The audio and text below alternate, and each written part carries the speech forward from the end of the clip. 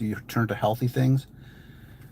So let's get into this topic today because I think it's important for us to kind of navigate this. I've had a lot of ideas lately, a lot of thoughts about my past drinking. I don't know why. A lot of situations where I have flashbacks of the worst times that I drank, the worst days that I drank. I've had 4 or 5 of them. I don't know why. My week hasn't been exactly easy. I'm on this 30-day challenge where I'm trying to stay fit. I've added to my exercise program. I've added to my scripture reading, and I've added um, to my eating healthier. And it hasn't been easy. Um, I'm on day 22, and halfway through, it started to get a little bit tough because my knees were screaming. Let's just put it that way. They were not liking my new exercise routine. Typically, I was 2 days on, 1 day off. I accelerated that to 3 days off, 3 days on, 1 day off, and I added time onto that. So I was having physical pains to start with, but then came Friday, and as you guys know, I started the coaching. So I started to work on uh, links for the coaching. I started to put on little like links on my posts and on my videos about going to my calendar to schedule that. And just like any other thing that you start, it's not going to go easy right away. And that's what it's like with sobriety too. Um, we have this idea in our minds that things are going to just roll out and start easy, and we're just going to roll through it, and we're going to plow through no matter how tough things go. And we get there, and it's not that easy. it's it's harder than we think that it's going to be. And when I quit drinking, it wasn't necessarily hard, but it wasn't necessarily easy either. I mean, I wasn't physically addicted to alcohol, and I found that out because I quit drinking. There's no way that I could find out how addicted I was to alcohol unless I quit for some time. But having these flashbacks of my worst drinking days has been enlightening, and I know that they're coming into my life for a reason, and I know that they're supposed to be there to guide me to a better way. And because I'm struggling with certain things with this program that I'm doing, these flashbacks are coming into my mind. Now I don't know what your worst day drinking was or what your worst hangover was, but mine was 2017 Christmas Day. I started drinking at 9 in the morning. I hadn't been working for about a month. I got laid off unexpectedly, and I felt like I was kind of lost. I felt like I didn't have much going on, and I felt like I needed to escape. I started drinking wine. It was like 9 in the morning, and my wife kind of looked at me like, already? And I was like, yeah, I mean, I'm just gonna have a glass or two. Well, a glass or two of red wine turned into 2 or 3 Guinnesses, which turned into some whiskey, which turned into some more craft beers, and then some more wine. And before I knew it, it was dark out, and it was 8, 9 o'clock, and I was in and out of blacking out, and I crashed. The next morning, it was probably one of the worst hangovers that I ever had. I could barely get out of bed, and I swore off mixing alcohol because of that hangover. I swore off um, because mixing alcohol is one, like drinking beer is one thing. That's typically what I would do, drink beer all day. Sometimes I would incorporate liquor, but I certainly would not mix those together all day, because if I did, I'd end up like 2017 having that nasty hangover, and I never wanted to deal with that ever again. Welcome in, Faze. Welcome in, Joe's. Good to see you here. Welcome in, Ava. So, what was your worst day drinking? That's kind of the topic we're getting into today. Please share down in the comments your worst experience with hangovers. These things help solidify in our minds when we quit drinking. They help us stay off alcohol. When we can play forward just exactly that drinking session before we turn to alcohol, we may get through it. Now, we do need a group. In my experience, we need a group of people, of like-minded people, people that know what it's like to be stuck in addiction. But we also need those experiences. We can't just quit right off the bat and be done with it. Spontaneous sobriety, I think, is possible. I think it's rare, but I think that it's possible. But for most of us, we need these experiences and these really hard times to help us get through to the other side of our addiction. Faye says, I don't drink. Well, welcome in anyway. I'm glad that you're here, because it doesn't have to just be about drinking. It can be about living your life without certain crutches. We turn to alcohol, most of us on this channel. But a lot of us in this world, we turn to unhealthy things to help us control our life, to help us kind of navigate our life. We turn to these unhealthy things, and because we know that it's a certainty, we know that it's going to help us get through it. The problem is that it doesn't ultimately, in the long run, help. So if you're here and you don't drink, that's fine. This is a place where we can do reflections. We can talk about where we are with our life. In particular, for us as living life without alcohol, but it can be any other thing.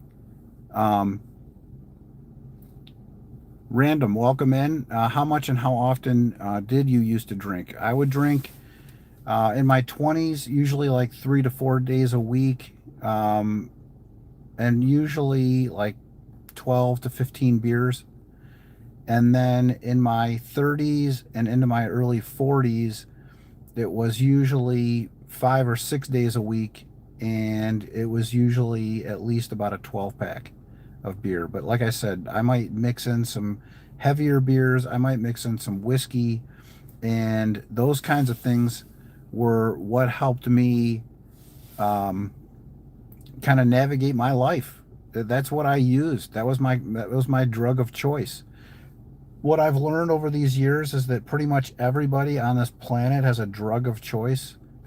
We live in this society where we have this infatuation with being occupied, occupied with our phones, occupied and entertained by sports, entertained by gambling, weed, some people porn. It just, we live in this society where we want to ignore what's really going on in our life, and we use these things to help us navigate life. Welcome in, it's Kristen. Good to see you here.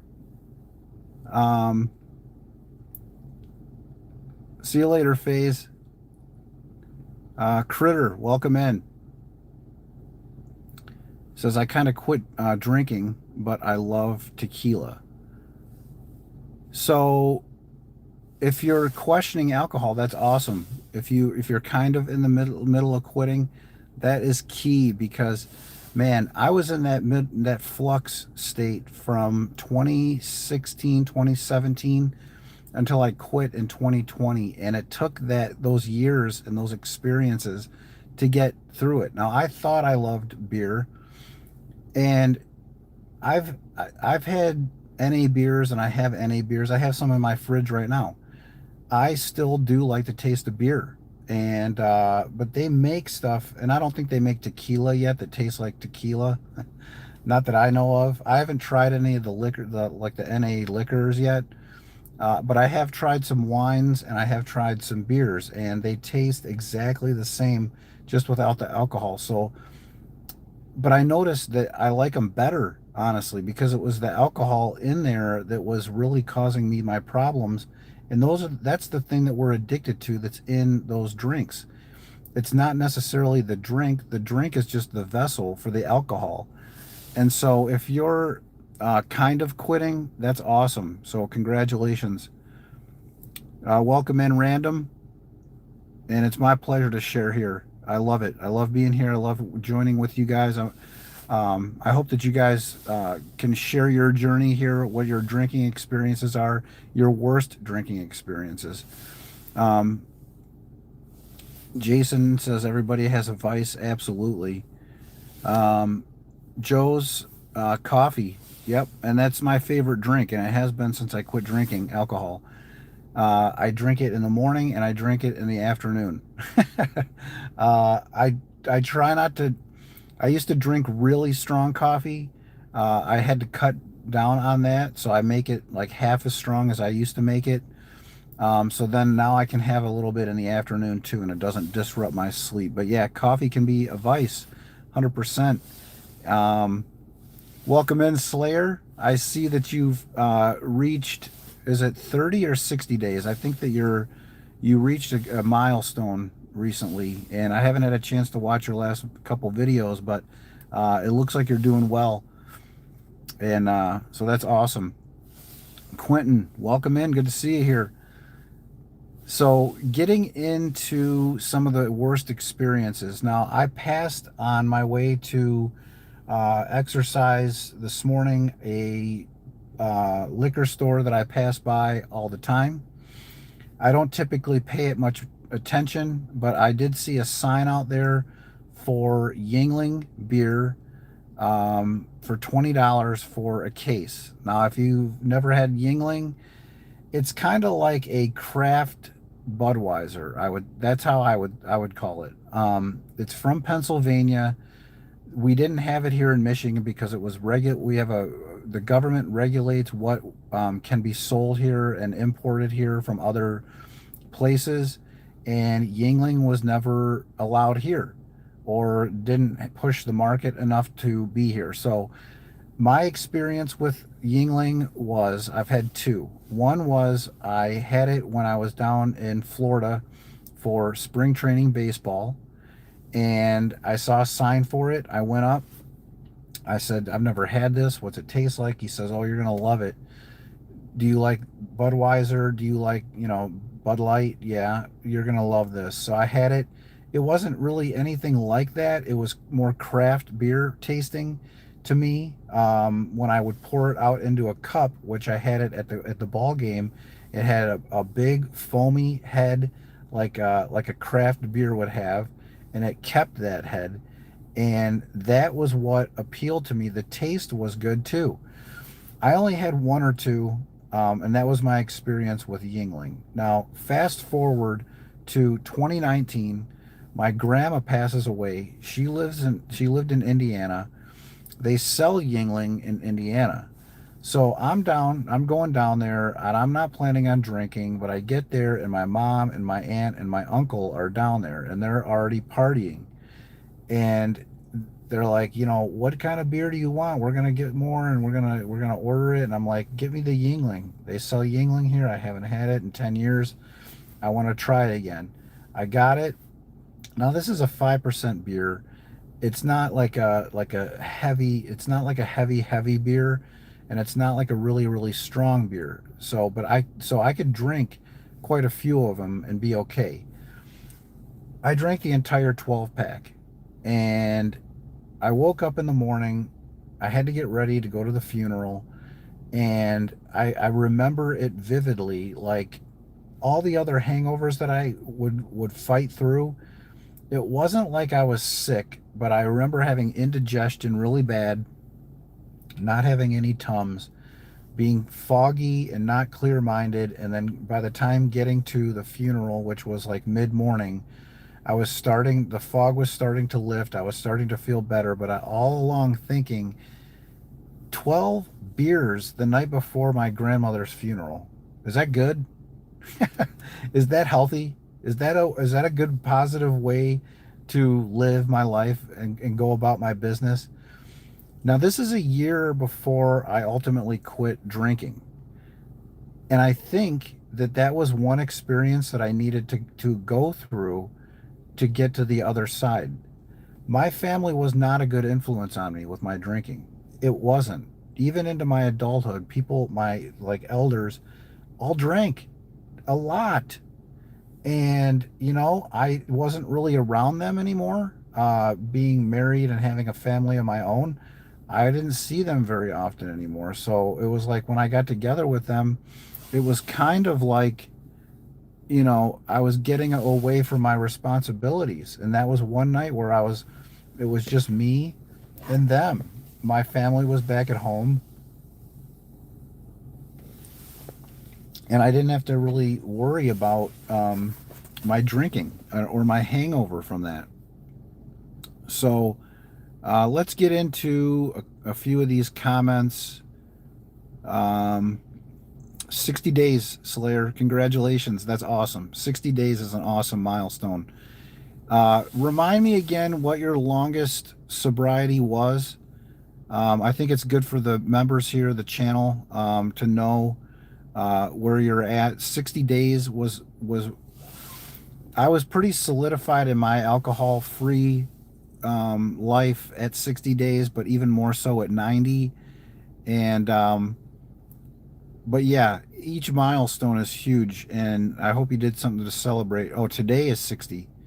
Well, awesome. Are you going to do anything to celebrate? Hopefully, you have a good day and something you can celebrate with. I had, well, it wasn't my 60 days. It was my 1 year actually. But I had my wife bought us this NA sangria from Kroger, and I didn't even know they made it. But we tried it, and it was probably one of the worst drinks I ever had, to be honest. It was it tasted just like flat, like maybe grape juice or something, cranberry juice, like flat, not good. But it was an experience. And I was thankful that my wife got that for me. I wasn't sure if I wanted to celebrate my 1 year, um, but yeah, 60 days is a huge milestone. So I hope you do something to celebrate that. Quentin says, I struggle, but I deal with it. My worry is if I didn't struggle with it. So yeah, it's a struggle. It's a struggle that we can. It's one of those things. It's a blessing in disguise. Like one of the things that I learned being sober is that life is life. We get thrown things that we aren't expecting all the time, and now we're navigating it without alcohol, and it can be difficult. Um, but on the flip side of that, it's a blessing in the long run. It's a blessing, especially if we get through it without drinking alcohol, um, and learn other ways to cope with this stuff that's happening in our life that doesn't involve drinking or being around people that are drinking. It's like we're incorporating new, healthier habits into our rituals, and that's a huge thing. So I'm glad that you're dealing with it. Um, and for me, like a group helped, even like a setting like this. Now, I didn't have this when I quit drinking. I didn't know anything about it. I didn't know anything about YouTube. Uh, I mean, I watched YouTube videos, but like I didn't know that this was available. So, but I found a different group, and I found a group online, and that was what helped me get through those tough times. Because if we find like-minded people that are trying to live alcohol free, they get it. So at the very minimum, even though all of our journeys are different, we have one thing in common, and that's that we're trying to live life without alcohol. And it can be difficult, but it can be also a blessing in disguise, these struggles. Um, let's see what we got here. Quentin says, when someone says to me, have a taste of this, I tend to say yes for now. So, yeah, I think you're still drinking, Quentin, right? But you're still here, so you're questioning alcohol. Um, let's see what we got here. Pelican, welcome in. Uh, let's see. Larry, I'm not working today, but I do have a job. Starboy, welcome in.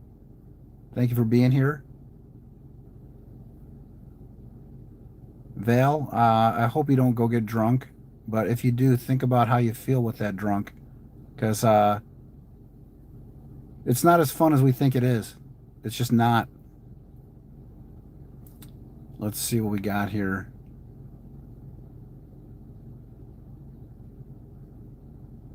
Uh, some trolls, but not too many.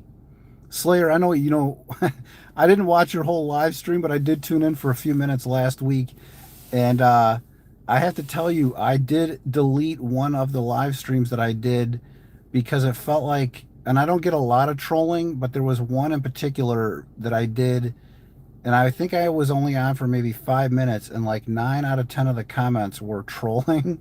So I was like, you know what, this live stream did no good. This was like a loser situation. So I deleted that, and I actually haven't been on the vertical live stream in a while. I was kind of reluctant to get back on here. I've been trying to do the um, like the horizontal orientation, and do some members only stuff, only because I feel like I'm getting to a point where the live stream vertical isn't necessarily the best way to communicate, especially because of the trolling. The videos don't get trolling. The live streams on the horizontal orientation don't get a lot of trolling, so that might be something to look into. But I just thought I'd jump back on here because it seems like I get more views on the vertical for right now. But uh, let's see. It looks like, so Slayer says 3 to 4 months is my longest. Okay, that's good. Um, and I remember you saying that well, you've relapsed several times, and you've talked about on that channel. If you guys haven't checked out Slayer's channel, you should check it out. Slayer sober, and because he's got a lot of valuable information, and a lot of us have to go through a lot of different slips and relapses to get to the other side. Especially like in my 20s and 30s, um, I was not ready to be done drinking. That was the first and foremost thing. And it wasn't until I was in my early 40s and then the pandemic hit that I really questioned my drinking, because even though I was writing down how much I was drinking and what I was drinking and journaling, that aspect, when COVID started and I couldn't take back the bottles and cans, and those bags were accumulating in my garage, and I was physically with my own eyes looking at those bags and thinking about just the fact that all of that I've consumed all of that over these weeks. Ultimately, it was 6 weeks into the pandemic when I quit, but after like 2 or 3 weeks, I was starting to throw those bags into the regular recycling bin for the trash, the weekly trash, and not taking them back because I couldn't stand looking at it. And that helped me visualize how much I was drinking. Seeing it on paper is one thing, but actually visualizing it, and I think a lot of people did this. A lot of people were taking their wine bottles out, and you could see how many people how much wine people actually drink. When I would go out and take a walk on garbage day, I could see other people's wine bottles, beer bottles, and all of that. And it kind of shined a light on just the fact that, like, a lot of people drank more during the pandemic, but some people even picked up drinking during the pandemic as a way to find solace in their life, solace from the anxiety and solace from just the tough things we had to deal with. Um, Joe says, I think you need a mod. Yep, I probably won't do these vertical live streams forever. So I mean, for right now, I'm not gonna, probably not gonna do them all the time, but here and there, I'm gonna pop on when I have some time and and just touch base because I do all these on my phone, and I think part of that is the part of the reason why I get more views on these is because I'm doing all this on my phone. Maybe I'm not, maybe that's not accurate. I'm not sure. But in any case, I'm just trying to reach as many people as I can. And if there's some haters or some trolls, I'm willing to put up with that. That's fine. Um, let's see if there's any other.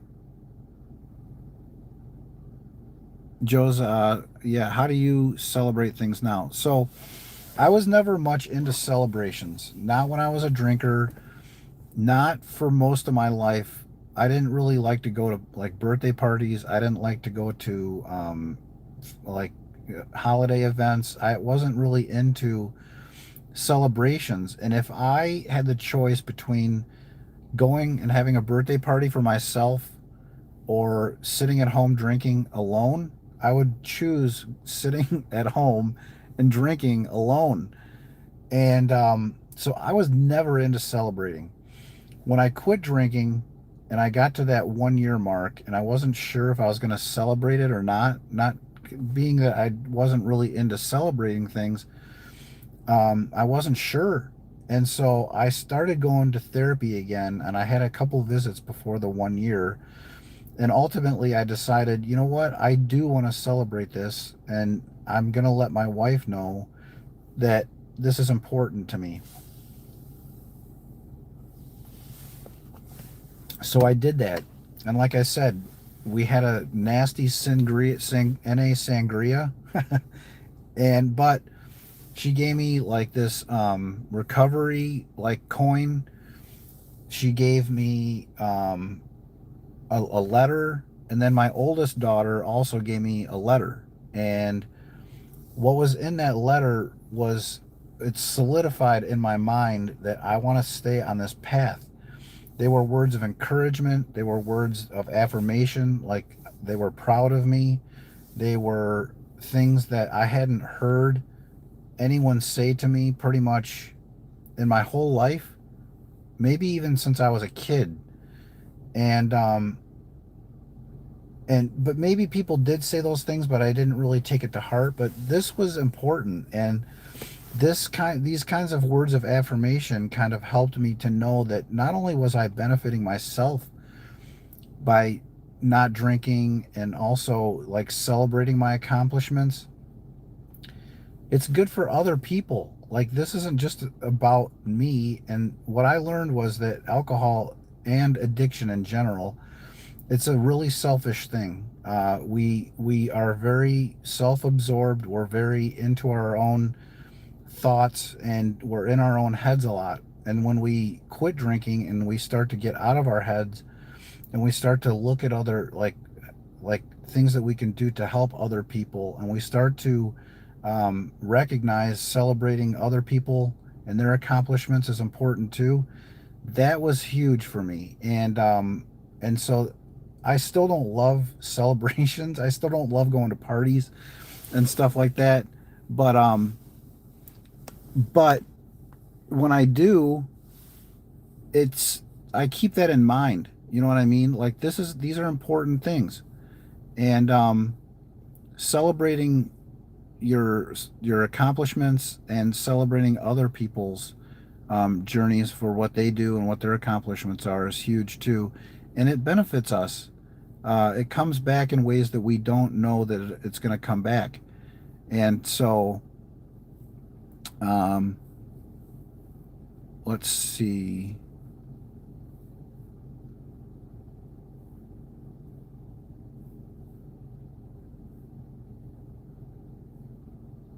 Quentin says, "Yes, I'm still drinking," and you don't deny that, and that's I mean that's good, and but you're facing it, and like I said, you might be in that flux for a while, but the important thing is that you're questioning alcohol and the role that it plays in your life.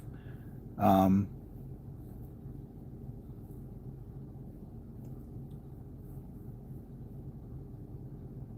Trolls will always happen. You have to be strong, 100%. That's one of the biggest things to have to overcome in life, but also in recovery. But that's kind of what recovery can do for us is once we are able to build up our self-esteem, our self-worth, give ourselves grace, give God the glory. I mean, for me, that's what it is. I don't know what it's for you guys, but like for me, um, I take solace in the fact that there's something bigger than myself. Like I don't have to worry about all the other BS that's going on in this world because that's really what it is. It's BS. Like I was just thinking this morning, especially even before all the trolling on here. But I was asking God like why is the world the way that it is? Now I know in my heart and reading the Bible a couple times now the reasons why that is, but it still doesn't solve the fact that we have to deal with it. Like we have to deal with the world. And but I don't glorify the world. I don't glorify the people that are in it, good and bad.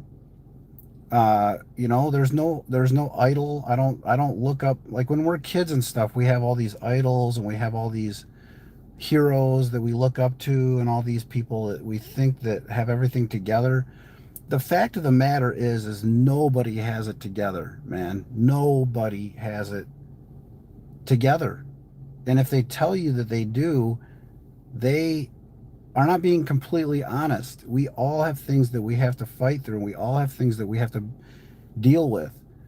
And when we quit drinking and we put all that aside and we start to focus on the important things, the really important things in our life, which is self like self-care, um, caring for other people, and we put aside our urges.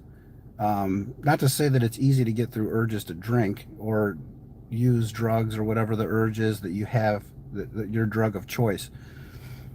But but we fight through that and we fill that time in with better, more healthy things.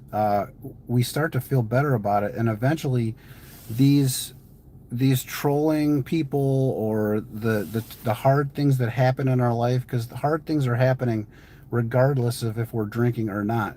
It just makes recovery, and not drinking just makes those occasions easier to navigate, and then also appreciate when we get through them because we're strong and we're proud and we can get through those things. So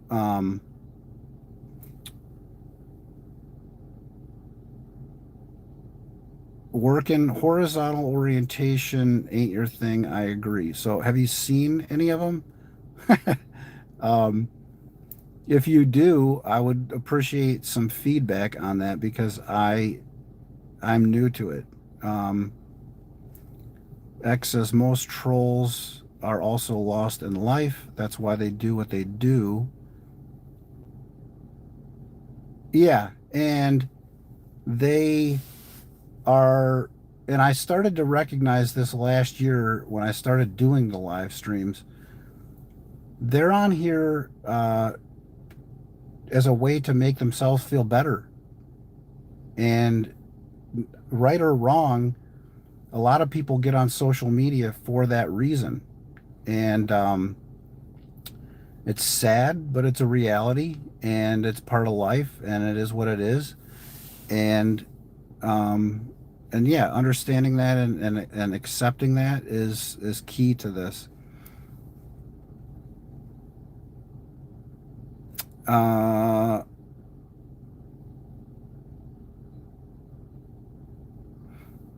Drunks as being sober is so boring, but I would challenge you to try to change that thinking. Only because um, a lot of us don't consider quitting alcohol because we think it's going to be boring, and then we get to it and it is boring. I took it as this is an adventure. I took it as this is something that I drinking wasn't working anymore. The things that I was doing and continuing to drink weren't working. So I had to take it as a challenge and something that I was looking forward to rather than dreading. And as a result, when I got to a point where I was solidified and didn't have those big urges to drink anymore, and I had all these other things that I do that bring me joy, there's no time for boredom. There's no time. Uh, like I said, I do have a job and I have this YouTube channel. Those are my primary things that I spend a lot of my time on. And if I'm not doing that, I'm reading books, I'm reading scripture, I'm taking hikes, I'm spending time with my family, uh, my dog, and all, so there isn't time to be bored. And if you're boring, if you're, I heard this quote a long time ago. If you're bored, you must be boring. And I kind of took that. It's funny to me because kids say that it's boring. I'm bored, and um, so I don't know. I would just challenge that. Not drinking during the pandemic. I drank 6 weeks straight, basically, for the first 6 weeks of the pandemic. And I sat there after about a month, 10 beers in, with nothing to do. And I was bored as hell. So it was at that time that I realized it wasn't the alcohol that was entertaining me, it was everything else. Alcohol just played a role in that. Um, so it's changing the neural pathways and finding a better way, finding a way that is healthy. It's not sustaining to drink a lot and drink and drink and drink and then do nothing else. I don't get it. Uh, but I couldn't get it unless I quit drinking. Um, Cindy says drinking is a waste of money and depletes your life and good memories. That's 100% true. The saving money was a hidden benefit for me. I didn't quit because of money. I quit because of my anger, and I quit because I was irritable when I was hungover, and I was angry even as when I was drinking. Um, and I didn't want to continue down that path because I knew that that path was not sustainable, and I would end up getting myself into trouble. I was getting myself into trouble, and I didn't want to do that anymore. So yeah, the money and it depletes your life and your good memories. Yes, it's washing away a lot of the bad things when we're drinking and we're getting drunk, but it's also washing away a lot of the good things in our life. So you're 100% right, Cindy. Drunken says, I am not trolling, I'm being honest. I enjoy drinking. I mean, that's okay. If that's what you, I thought I did too. When I was drinking all those years, I drank for 27 years. You think I wouldn't have kept drinking if I didn't think that I was having fun with it? I was having fun with it. I thought. The problem is that when you start to put a microscope on your life, at least for me, the drinking was causing me more problems than it was helping me. It wasn't, I had to be honest about that. I couldn't lie to myself anymore. And like I said, since I quit drinking, I can have an NA beer or two. It tastes exactly the same, and I'm not dealing with a hangover, and I'm not dealing with neglecting my self health, my self care, my just I'm not neglecting my family. I'm not isolating. I'm not doing all that bullshit that I was doing before. And so I would just challenge you to question alcohol. But if you're here, I don't think you're trying to prove anything. I think that you're saying that you enjoy it, and that's okay. But there's a reason why you're feeling like you need to justify that. Um, do Quentin says always do what's best for you, 100%. You gotta take care of yourself because no one's gonna do it for us. You have to take care of yourself, 100%. Um, let's see.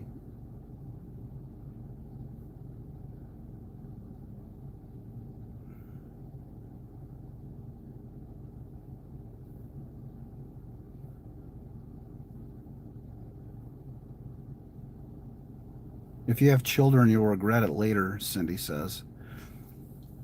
That's a huge thing. I quit drinking when my daughter was 5. Um, I have 3 older stepdaughters, and I met their mom when they were 6, 8, and 10. They were there through all my drinking. They they basically grew up with me being a drinker, and then by the time they were 18, that's about when I quit drinking. But my youngest daughter, my wife and I's daughter, 5 years old when I quit. And she doesn't know me as a drinker really. She knows I have the channel. She knows that I, help people. She knows that I make videos and try to, put the word out there about sobriety, and she knows all that. And I think she does. She hasn't mentioned it in a while, but like I used to take her to a bar and have a beer and a burger, or take her to the brewery and have a couple beers and play games there.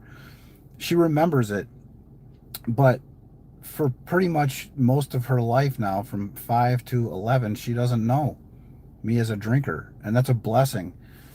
So kids can be a huge catalyst in our recovery, and like I said, I didn't quit for anybody but myself, but everyone else around me benefits because I don't drink. Um, Drunken says I'm happy for him. Sounds like he's feeling good. I am feeling good. Some days not physically, not, I'm 48 now. Um, and like I said, I'm increasing my exercise routine. That's been tough this past month. But I'm finding ways through it. And just like getting uh, sober, it takes some tweaking. Like it takes sometimes, like if something's not working for you, you have to really figure out what it is. Sometimes it comes easy to figure that out. Sometimes it takes a deep dive to figure that out. But the fact of the matter is you're figuring that out, and you're taking the time to do that, and that's self-care. And at the end of the day, yeah, I do feel good. So thank you for mentioning that. I do appreciate that. Um,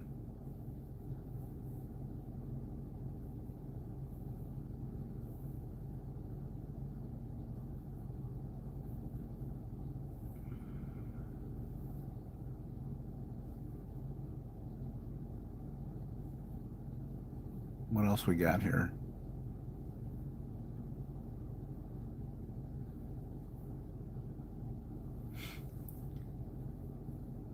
I don't. So drunken is, I mean, if that's what you want to do, then that's what you want to do. I mean, I don't condone it. I don't condone using drugs or alcohol, because I know that there's better ways, and so that's why I have this channel. Um,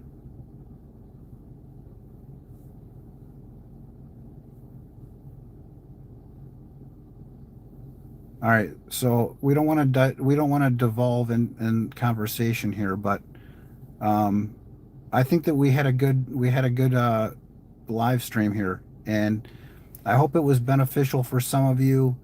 Um,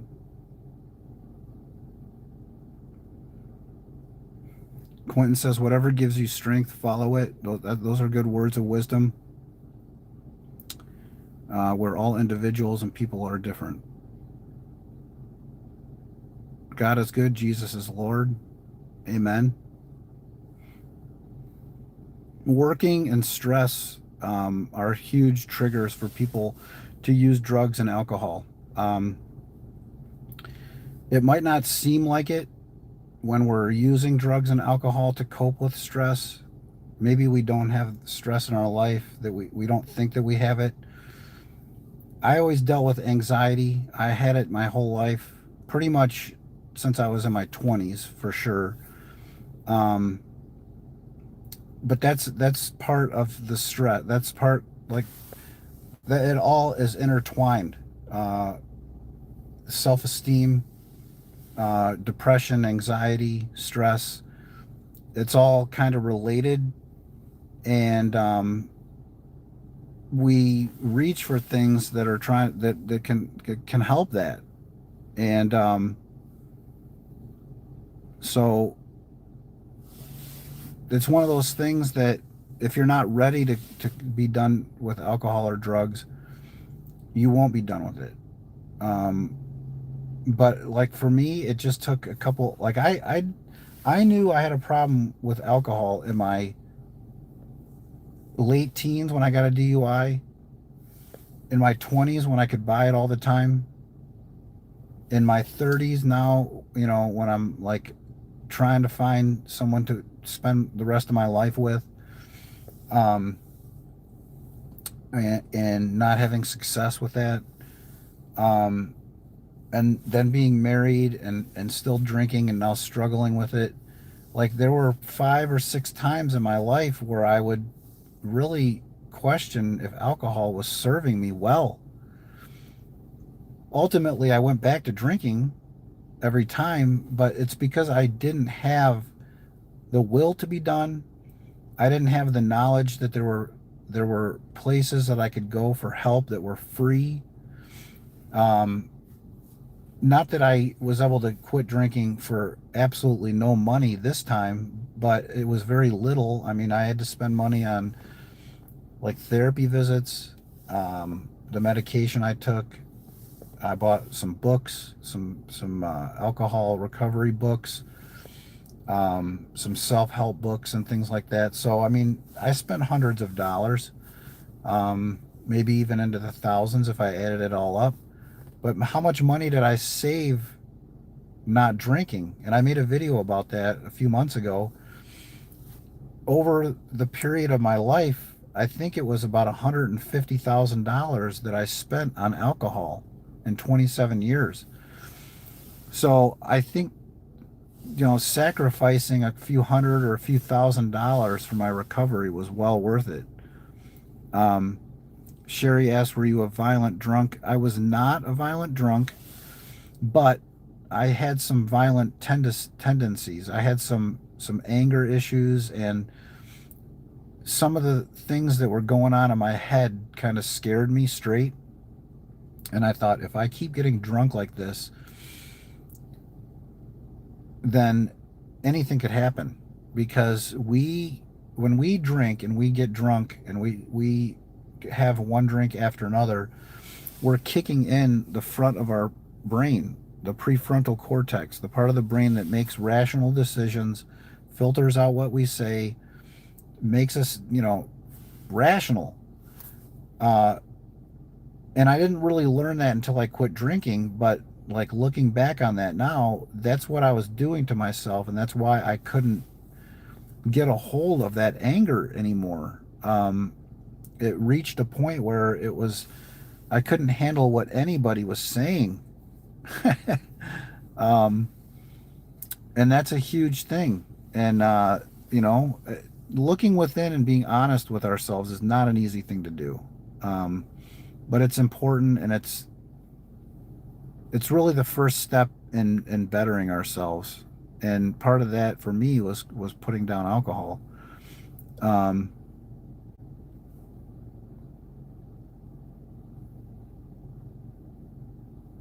Good morning, Chief. Happy Tuesday.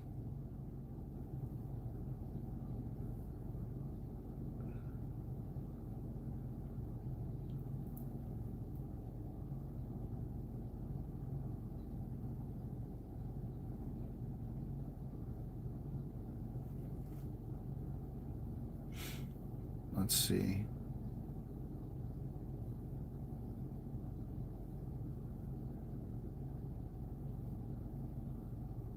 Welcome in, Puerto Rican. You're done. Yes, I'm done. 6 years alcohol free next month. I always said April 27th was my quit date. That was the best day of my life, but it was actually, and I put a video out for tomorrow. Members only can see it today. Um, but I always thought that the day I quit drinking was the best day of my life, but it wasn't. It was day 8, and that was the decision I made, that I no longer wanted alcohol. I no longer wanted to drink it and have to deal with the repercussions of drinking it. And that was the best day of my life. That was May 5th, 2020. And so that was the best day of my life, man.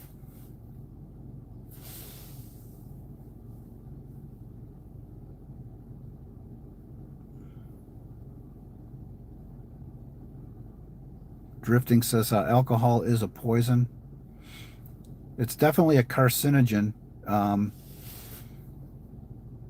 I mean, if I was going to classify it and I was going to talk to young people about the dangers of drinking, I would probably call it a poison, just because that's the best way to really sum it up. Like, there's a reason why we get intoxicated from it's the same chemical, ethanol, that's in the gasoline in the cars that we drive. So we're literally dumping gasoline. So it gives a whole new meaning to getting fueled up, you know? um, well, thank you, Drunken. I try to be.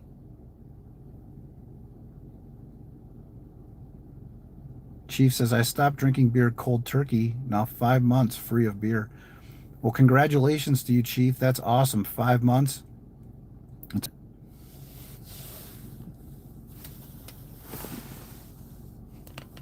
Let's see here.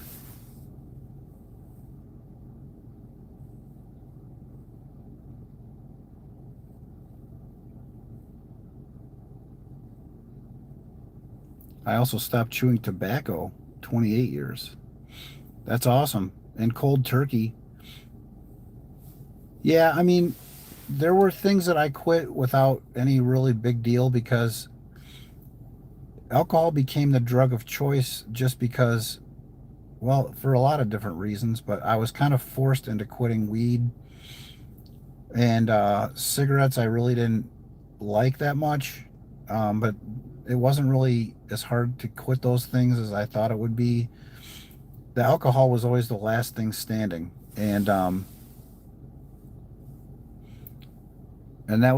thought it would be, like I said, it wasn't like it was easy to quit, but it wasn't as hard as I thought it would be. But it's because I prayed for a better life, and miraculously the things that I needed started to show up. I was doing the research, but the things that I needed were starting to show up in my life. And then one thing after another starts happening. And I don't think it's a coincidence. I think it's God. And but I was able to start to give myself grace and compassion for the choices that I made. And that doesn't just come. I get the grace, and then I'm able to give the grace that I have to other people. Um, and it's through that grace that I was able to have a better way of life, and find a better way, and not drink anymore. Um, so,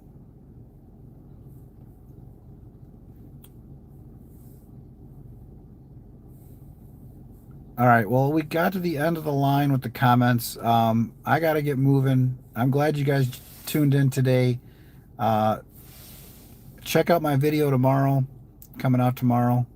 And I hope you guys have a great sober day, a great rest of your week. And I'm not sure when I'll jump back on here for another one, but I was glad to see you guys. So Have a great day, and we'll see you on the next one.